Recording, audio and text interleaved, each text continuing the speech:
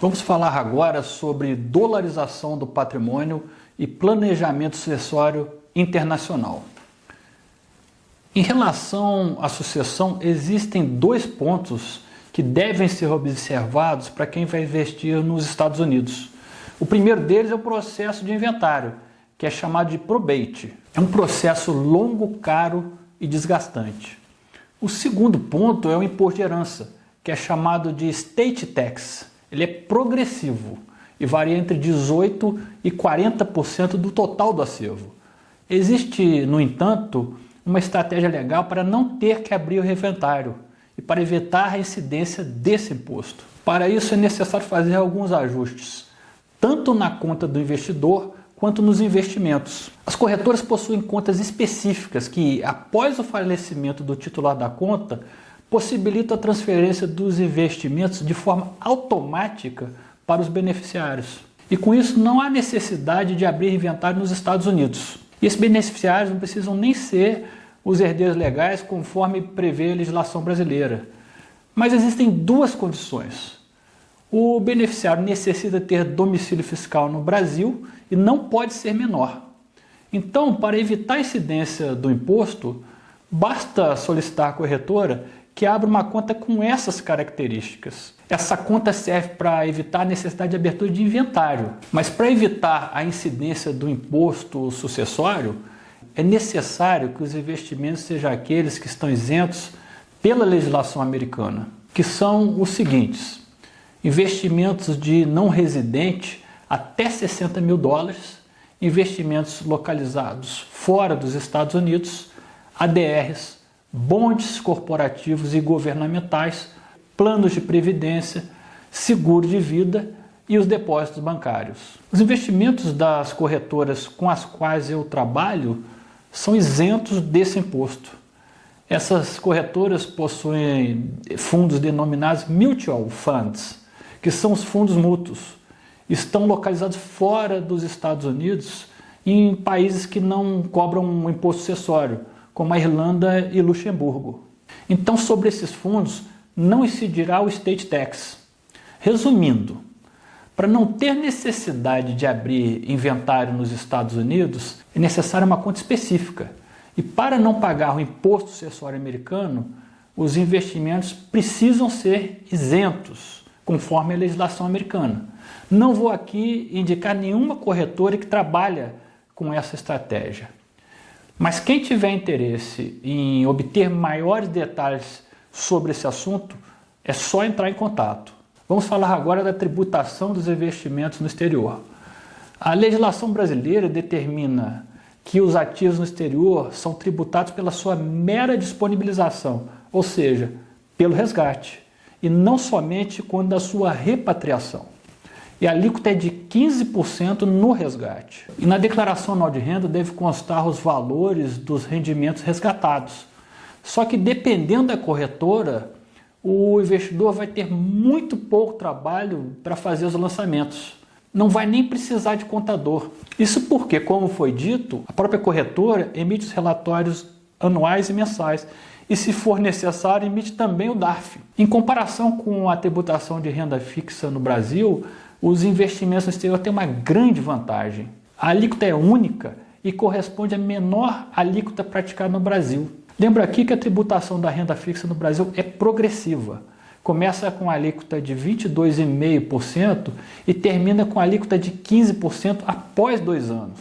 Agora, existem algumas hipóteses de isenção do tributo, que é a variação do dólar em espécie até $5 mil e a variação do dólar que esteja na conta corrente. Essa isenção não se aplica à variação do dólar dos valores que estiverem alocados em algum investimento. Finalmente, também é possível compensar anualmente os lucros com os prejuízos dos investimentos. Vamos falar agora de rentabilidade. Bom, como já foi dito, um dos principais motivos para investir na América é que o dólar é uma moeda forte.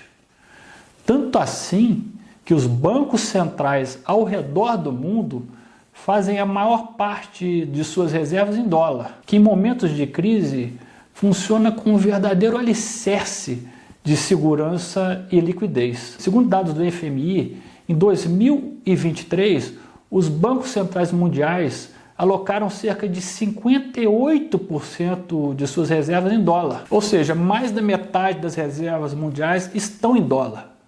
No Brasil, 80% das reservas são em dólar, 5% em euro, 4% em libra esterlina e o restante em ouro e outras moedas. Se os bancos centrais mundiais buscam o dólar como porto seguro, então faz todo sentido que o investidor também tenha parte dos seus recursos alocados em dólar. Quanto à rentabilidade, entre 1900 e 2021, a rentabilidade nominal média americana foi de 9% ao ano.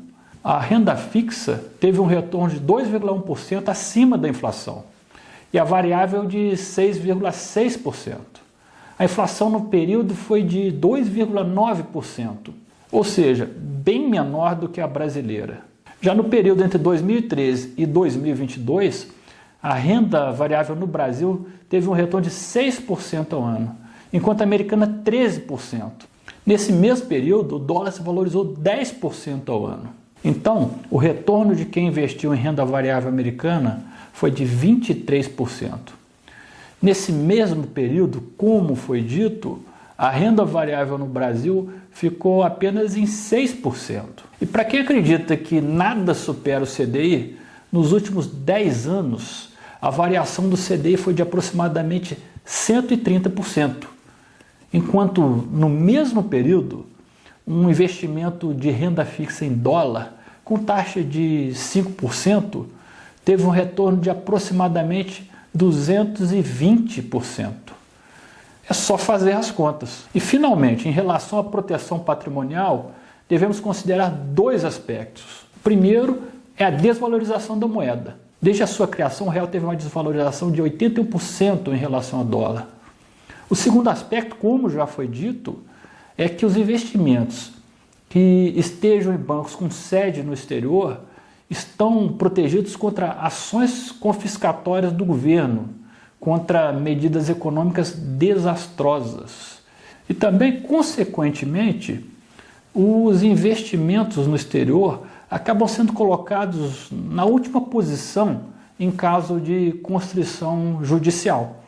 Esses dados são fundamentais para que o investidor brasileiro entenda que ter parte do patrimônio dolarizado é fundamental como forma de proteção. Mas quanto o brasileiro deve investir no exterior?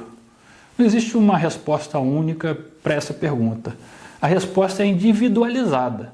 Depende do perfil do cliente, de suas necessidades, sonhos e objetivos futuros. É necessário entender o quão dolarizado é o seu padrão de consumo, quanto ele suporta a volatilidade cambial e quais as suas perspectivas de gastos futuros em dólar. O importante é que todo brasileiro que tenha disponibilidade para investir a longo prazo deixe uma parcela de seu capital alocada no exterior, e não só nos Estados Unidos, mas também em outros países que também sejam seguros para investir. Assim, ele vai conseguir uma diversificação global dos seus investimentos. O trabalho do consultor financeiro é justamente fazer a análise individualizada de cada investidor, definindo quais os investimentos são adequados para suas necessidades. Quem quiser saber mais sobre isso, é só entrar em contato. A essas alturas, você já sabe se tem algum investimento na sua carteira que esteja rendendo menos que o CDI, ou que seja um investimento bomba. E se tiver, sugiro que pense em realocá-lo em algum investimento no exterior. Comece com 10% dos seus investimentos e depois vai ajustando a carteira.